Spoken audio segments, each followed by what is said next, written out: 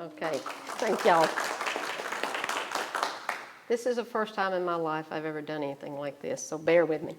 I'm doing the presentation on From Sheep to Shawl, and it's a history and demonstration of the spinning in the Smokies back in the old days. They raised sheep here in the Smokies, and I'll go through all this as I go through. I searched and tried to find pictures of sheep grazing in the Smokies, and they were very hard to find. This was the first picture that we found, and it's sheep grazing on Gregory Bald. So it's very idyllic to look at that. The second one is, although it's not in Tennessee, it's in northeast Georgia, extreme northeast Georgia, and it was sheep that was in Rabun Gap in Georgia. So that's some that were raised there. I'm going to back up. There were several, when I was doing the research on the sheep in the Smokies, there were several balls mentioned. I'm not from this area, so most of this stuff is stuff that I found from Francis or was able to find in research. Parsons Bald was mentioned. Spence Field, and if I'm wrong on any of this, somebody correct me. Siler's Bald and Thunderhead were some of the areas that were mentioned where sheep were grazed. In the summertime, they needed the fields for all the crops that they needed to grow, and so they would take their sheep and cattle up to the balls for them to graze. The grass was tenderer up there, and it was better food for them, and because it was higher elevation, there were less bugs and less chance of disease. There were herders that lived in cabins that they built below the balls that saw after the sheep, and some of the farmers paid anywhere from 25 cents to $1 per head for the summer for the herders to look after the sheep.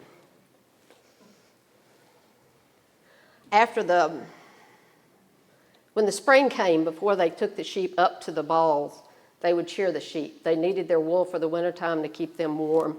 And we've got a pair of old shears up here that you can see when we get through, that they used to cut the wool off of the sheep. And the shearer was so good that it would all come off in one piece. So it was kind of like a blanket.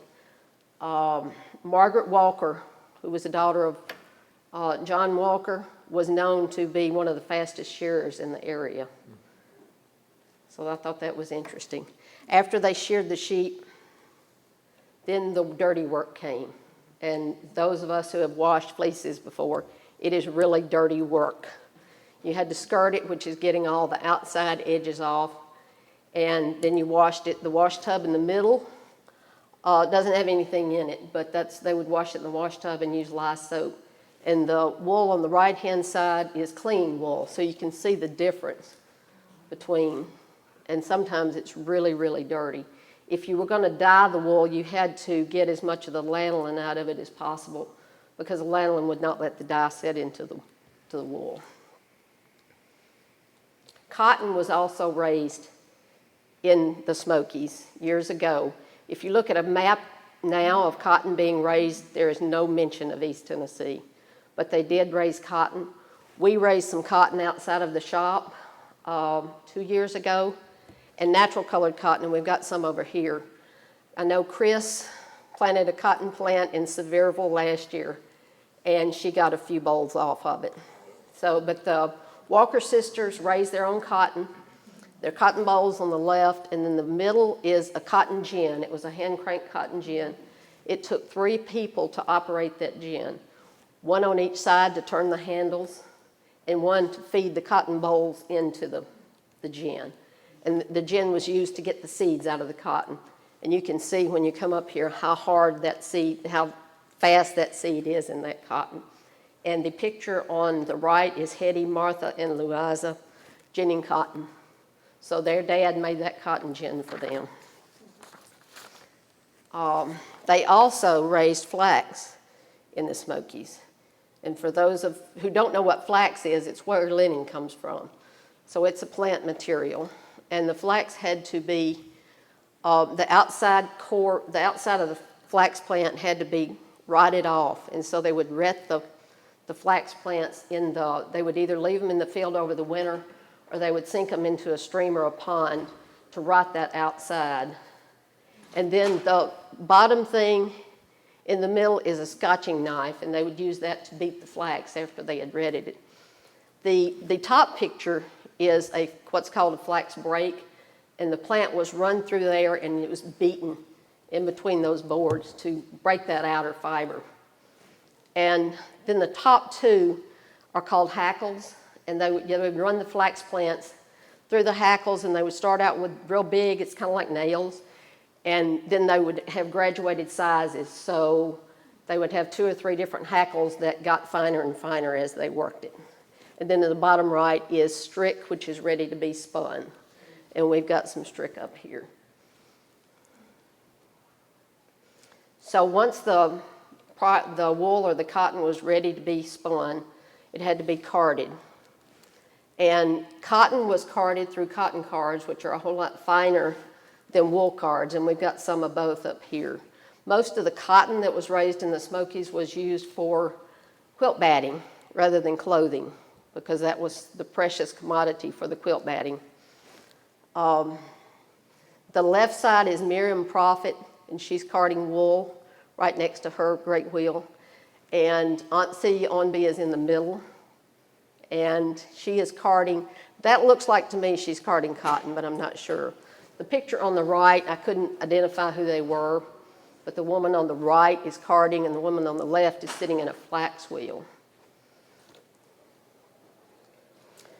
The spinners of the Great Smoky Mountains, most of the spinners had great wheels, which is the big wheel here. It was easier for the men to make the great wheels because the pieces were not as difficult. You'll see later a flax wheel and how much goes into that. The wheel part is like a wagon wheel, and most of the other pieces were simply turned. And that's what they spun. Miriam Prophet on the left, and that's in front of her house on Ogle Road. And the other one on the right is Aunt Rhodey Abbott, and I believe she has, I've lost my place. She was spinning in Cades Cove. So the left, Marianne Moore, and that's her son, standing on the porch behind her. And their home was located in Walker Valley near Elkmont. And the photo on the right is from a publication that's very hard to get now, and it was Valhalla in the Smokies. And was that Heaven in the Smokies? Something like that. So it's a really interesting book if you haven't seen one. And I never did find out who that was. Ms. James Watson is on the left, and she is spinning. She spun at her home for Pi Beta Phi. If you heard Francis talking yesterday about the women that were able to work out of their homes and make their money. The lady in the middle is Aunt Lizzie Reagan, weaving, and I just thought that was a good picture, so I threw that in there. And the woman on the right is Winna Jean Redding, and she is at the loom. I don't know who the lady is behind her, but she's the one that developed the weaving program for the women. The lady on the left is Emma Connolly. This photo is her. She came from Penland School to demonstrate at a Southern Highlands Crafts Fair. And I like her hat. These are all flax wheels in this photo. If you look closely, I did not bring my flax wheel because it's kind of falling apart. There's a lot more turnings and a lot more intricate parts. But when they were able to get them, they liked them because they didn't take up as much room. They were a lot smaller. The lady on the right is Dick and Kate Onby, and that was at their home on Glades Road. And Kate is spinning flax on the flax wheel. These two women, I don't know who they are, but this is just demonstrating that women would gladly get out and demonstrate their craft, and a lot of our group is here on the front row, and we like to get out and show people what we enjoy doing. So, the lady on the left is Rose Carr Huff, and she was, in this picture, she was portraying Priscilla in the courtship of Miles Standish at Pi Beta Phi Settlement School in 1918. So that's a cute picture. And the lady on the right is Clementine Douglas, and she learned to weave during her tenure as an art teacher in Kentucky. And then she later opened her weaving business outside of Asheville, and she called it the spinning wheel. And I think it's interesting, there's been 2 or 3 weaving shops locally that are called the spinning wheel, but they don't spin.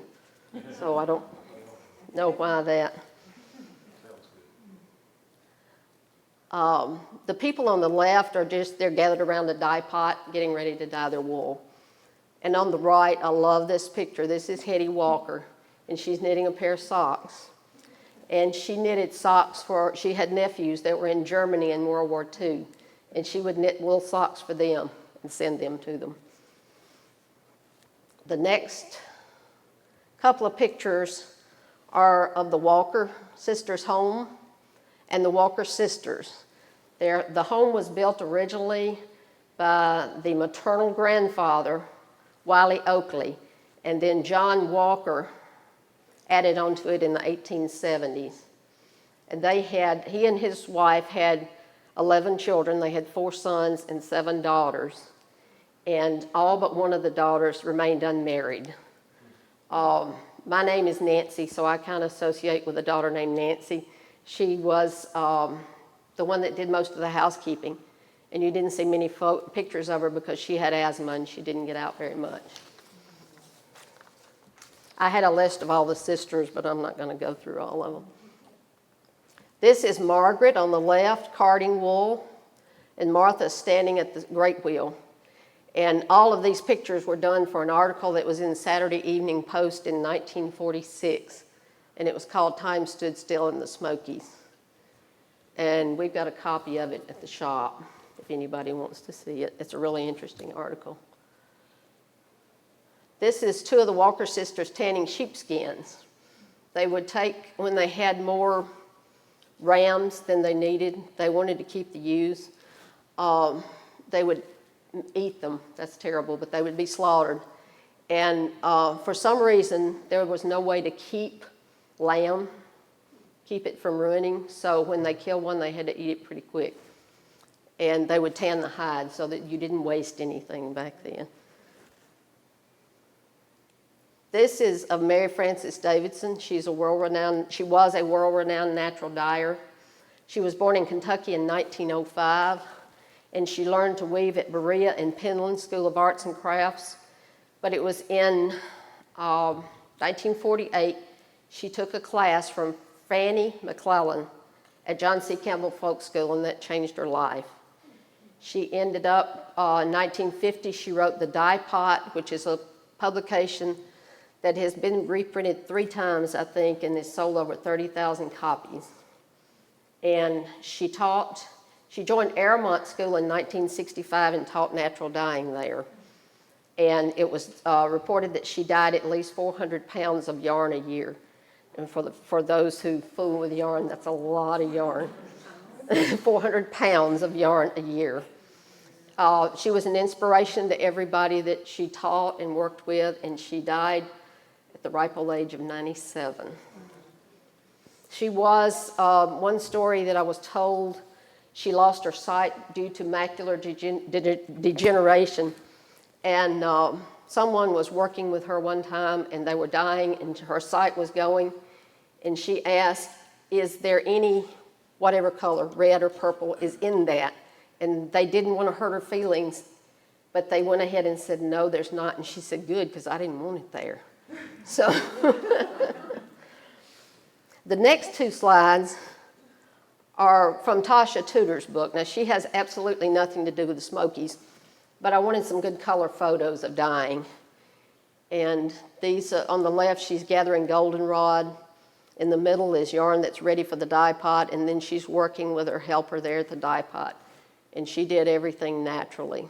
So these are just pictures of dyed yarns, some wool, some flax.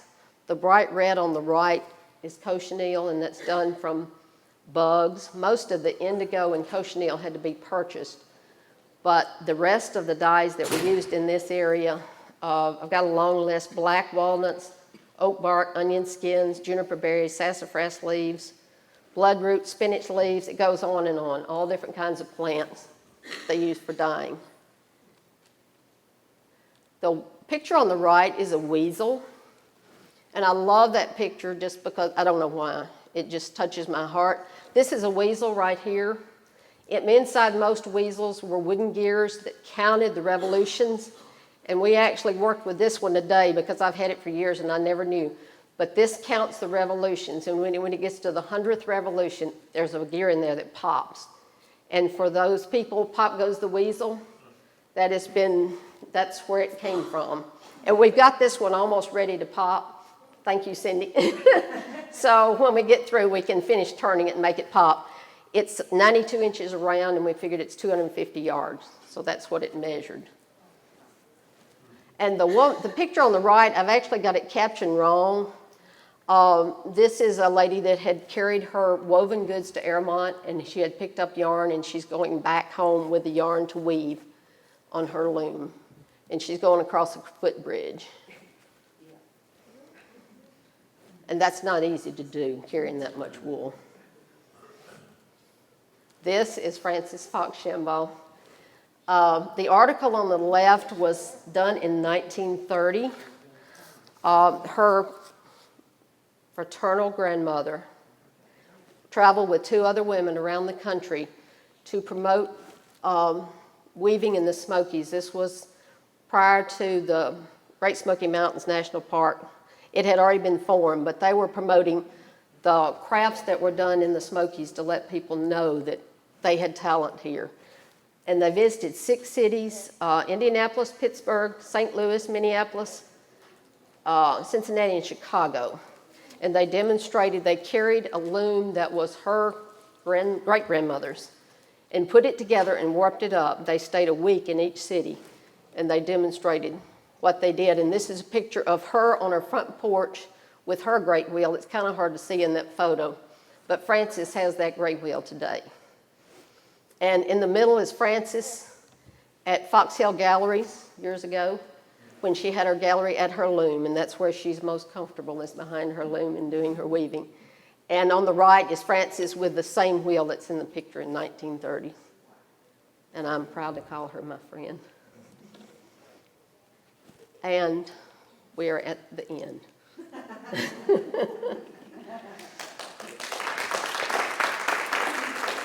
So we've got several wheels up here. We've got wool and things for you to look at, and we're going to demonstrate different things that we do in preparing wool for being used. So y'all are welcome to come up and ask questions, and we'll be glad to. Yes? I had a gentleman ask me yesterday, the width of the wheel Yes. is very large. Yes. Most, he said, were narrower. Why is the difference? This one, the wheel that I've got that's narrow, the ones that were around the Smokies were the narrow wheels with the groove in the wood. Yes. And it's hard for me personally to spin on those. This one is one that I'm a little bit more comfortable spinning on. This is more of a northern wheel, and I apologize for that, but I can spin better on this than I can the others. But there's no difference in the outcome? No, there's no difference in the outcome at all. It's just, the wheel that Cindy's spinning on is a modern day wheel. It's made in Boulder, Colorado. And we love this wheel. It is very easy to spin on. Frances is carding wool. That's actually alpaca that she's carding, but it's the same process. Those are wool cards that she's using. And we have some antique cotton cards back here, and I can show them to you and show you the difference. Because cotton was so much finer, it had to have a denser card to card it. The wool in the pot there is raw wool, straight off the sheep, and it hasn't been washed yet, so you can feel it and feel the lanolin that is in the wool. And then we've got a skein that I spun up of the gray. And then the bowl has got natural colored cotton bowls in it, and that's what we raised outside of the shop in Gatlinburg. And then we've got strick, linen strick, or flax strick that's ready to be made into linen yarn. And then the shears. And if you do touch the shears, be careful because they are sharp. So you're welcome to come up here. This is the great wheel. I'll be honest with you, I'm not real great at the great wheel, but we're going to hope that I can successfully spin some wool. And April is spinning on a drop spindle, and that's something that is more economical for those people that want to learn to spin. But you end up with the same results with all of these wheels. So this, if you hear this popping sound, that's the wool popping off the end of the spindle, and that's what's putting the twist in it. And for those who know the story of Sleeping Beauty, I believe it is, that this is what she pricked her finger on. A lot of the storybooks show that kind of wheel, but it wasn't actually, because there's not anything sharp on that wheel. So this is called a walking wheel also, and you actually had to walk backwards to put the twist in it, and then when you got ready to wind it onto the spindle, you had to walk forward, and my arms aren't very long, and then you wound it onto the spindle. Yeah. And those that spun a lot would actually walk a groove in their floor. You could tell where their spinning wheel was sitting. When the modern day wheel or the flax wheel was invented, that was a great thing because you could sit down while you were working, and not only did it spin the wool, but at the same time it takes it in and winds it on the bobbin. So that saved a lot of walking. So this is doing the same thing you're doing? That's doing the same thing. It's doing a lot faster. Would you take that? So is hers. What she's, that's all doing the same thing. This you would probably ply this, and plying is taking 2 strands of already spun yarn. This is called a single ply, and the round, kind of half round thing on the table is a lazy Kate. It's called lazy because all it does is hold bobbins, and it holds the bobbins so that you can take the yarn off of those bobbins and spin it back through in the opposite direction. And if you look at the skein of yarn there, you can see that it's a 2-ply yarn. So then at that point, some people work with singles. They like working with singles. I prefer to work with a 2-ply or a 3-ply yarn. So the ply is a number of single strands that are grouped together. And the sound, I just broke it. If you listen to the clacking sound, that's very relaxing.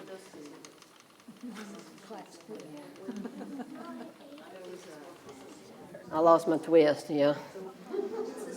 It's easy to lose the twist.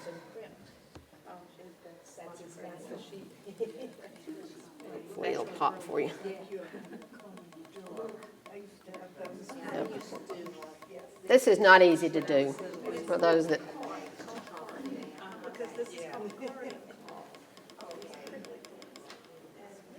And this spinning wheel is actually on a sheepskin. It's not on a bearskin. A lot of people think that's a bearskin rug, but it's a sheepskin. So this is what the Walker sisters tanned.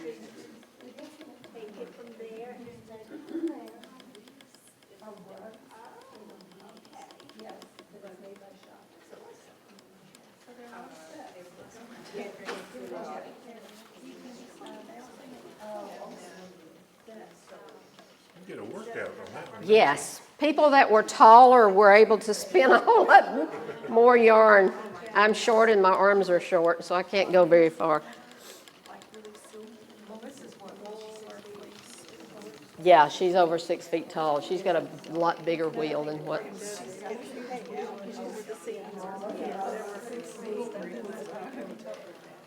Yeah, she can go a long way. No, yeah, I'm having to walk. Yeah, we have to walk back and forth. It's way more labor intensive than the weaving. Walking wheels, yes, because you.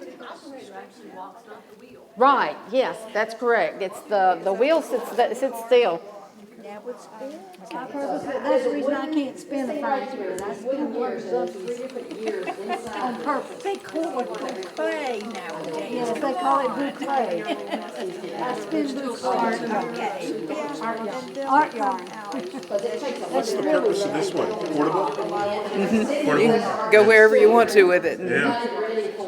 So Yeah. just, like you, It's doing exactly the same thing There's that the drake wheel and there's those pictures wheels. of women riding a horse while they're spinning. oh my gosh. Yeah. Yeah. You- Oh, cool. The mother, the children, everyone was spinning. I've never seen that at all. And it does as good a job? It's not as fast, but it's but you just can make the as same tiny and yarn. everything? Yeah, you can make the same kind of yarn. She can spin better on that than I Little can line on hook at the this. top? Yeah, Cindy's pulling it out. I'll be done. and you just give it a little spin. So you spin it, and then when you finish, if you wanted a plied yarn, then you'd put it on a bobbin and ply it in the opposite direction and let the two strands, with 2 or 3 strands, and let them face each other, wrap around each other and make a little stronger yarn. But this is just a single ply. Or just a single, it's not plied, I guess I should Right, say. yeah. My hands have decided what I'm gonna do, and I naturally spin thin. Let me see if I can get this skein of wool without breaking my neck.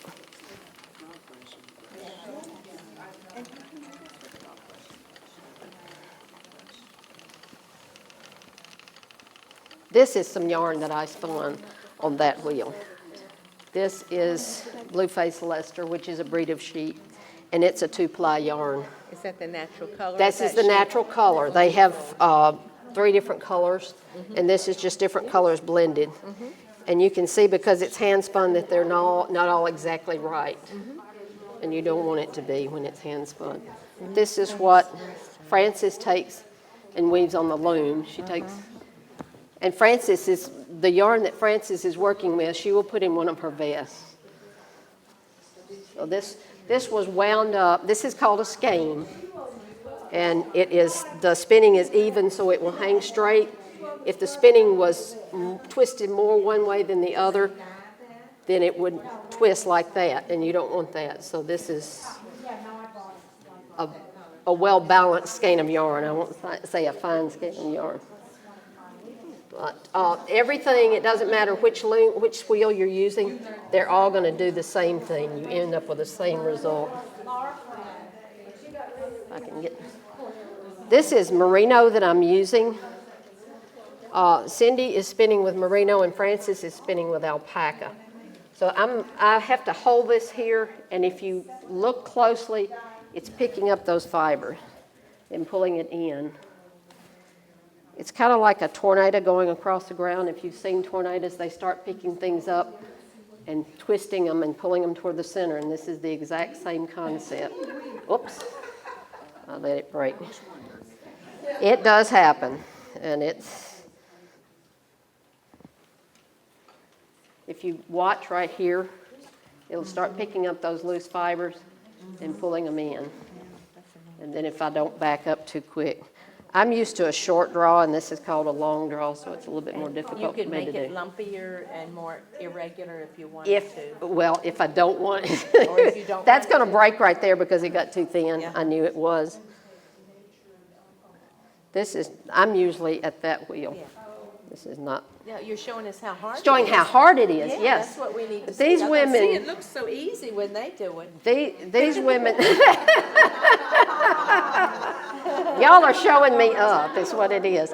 Once I get it going, if you see it's pulling those fibers from my hand, and I'm backing up, and it's feeding it, now it got a little thicker because I was not controlling how much was going in, and I broke it. So that's part of it. Well, But when this I learned is- to weave, my mother said, well, you've got to have the spinning wheel too. And I said, what for? And she said, to wind your bobbin. I mean, they were making bobbin winders. We didn't need the spinning wheel anymore. The one, this wheel that Cindy's spinning on is cherry. It's and that's a cherry matches. It's a limited edition. So yours is a 1 pedal. She's got a 2 pedal. Yep. Is hers move faster and easier? What's the difference? See, I also teach tree climbing. Does it? Design? On what you're used to, I learned on a double treadle. And I learned on this, on a single treadle like this. Go farther, there you go. Now turn it, and you can feel it popping off the end of that? Yes, it's supposed to come off the end of it. That's what puts the twist in it.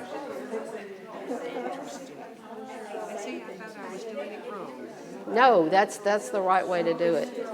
These are the, And after it comes off, then it turns back on? you actually, you walk backwards to and then you walk forward to wind it on. Okay, and you just take this And attach that to that, and you can show them how easy it is. just any way? It will actually pick it up. It will? Lay it beside it. Just lay it beside it and hang on for dear life. You're actually too close. Let's back up a little bit. I'm going to back you up and let some of it wind off now. Let it work its way out toward the end. Go that way. Oh, this way. Yes. It's going to come apart right there. Thin right here. It's too thin. It's too thin. Too thin. Yeah. Double it up. Or whatever. Don't double it up, no. Pull it apart. I'm gonna make it lump. I like lumpy. People do that when we try, let them sit at the spinning wheel. Now hang on real tight and do the 45-degree angle, which is a little bit more that way, because you want it to come off the end of that.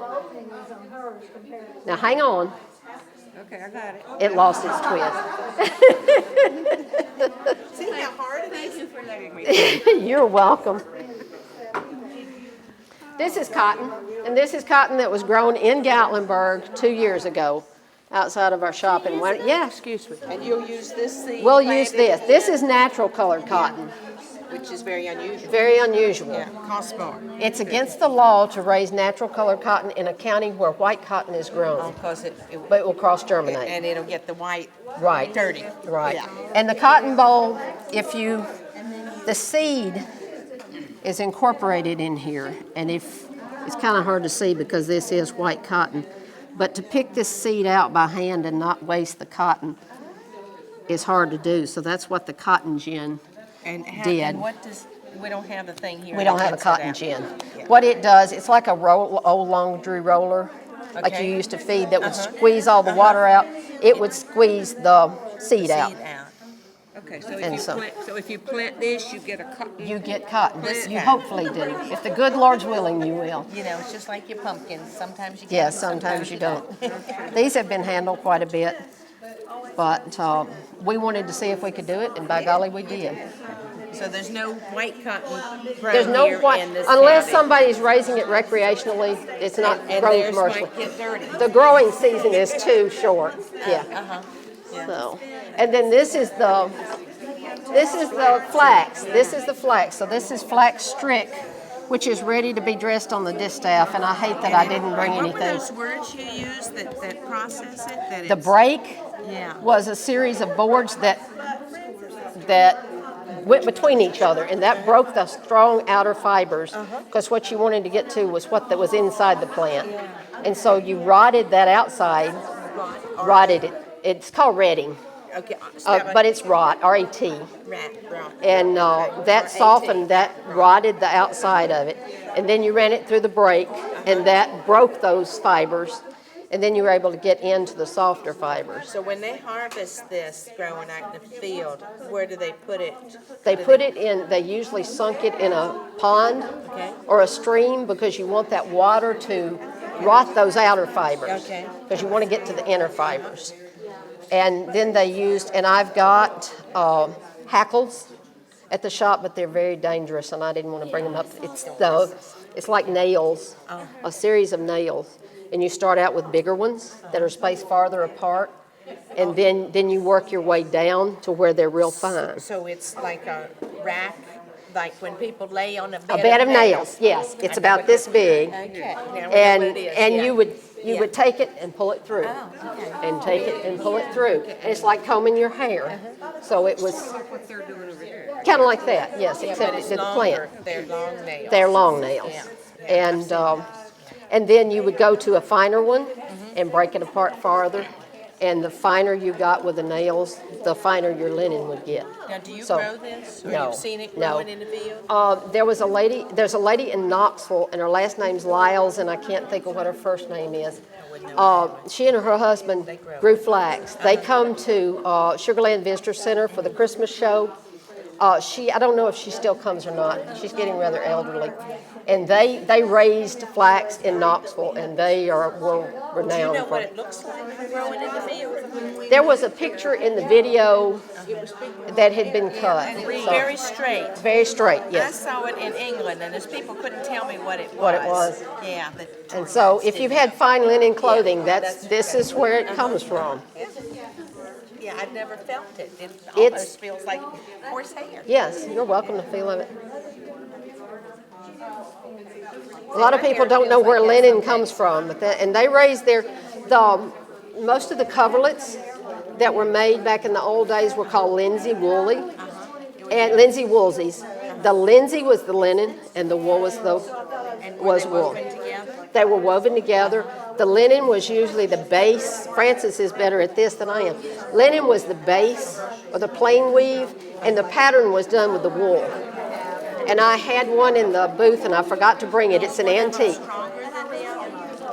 The linen is stronger. It will last longer. Durable. Yes, more durable. Yes. Yeah, and some of the women, would get up at 4 o'clock in the morning or whatever and do their weaving before the children got up. Yes. So they can raise some money and support their families. Support themselves. The carding, a lot of times the job of carding was given to the children because it took a lot of people carding to keep a spinner busy.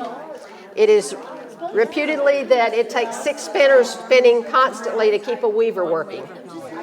So it's quite a job. Well, I was the one that had to hold my arms up like this to make the balls off the skein. Oh, okay. So you were kind of the lazy, not the lazy Kate, but the weasel. Yes. We're going to pop the weasel. If you want to hear the weasel pop, it's like I said, there's 3 wooden gears, and it's actually counting the revolutions on the weasel. And Cindy did about 80 revolutions. I'm not sure, but I'm going to finish up, and it may be hard to hear, and it does screech. That's those gears turning, and it's getting closer.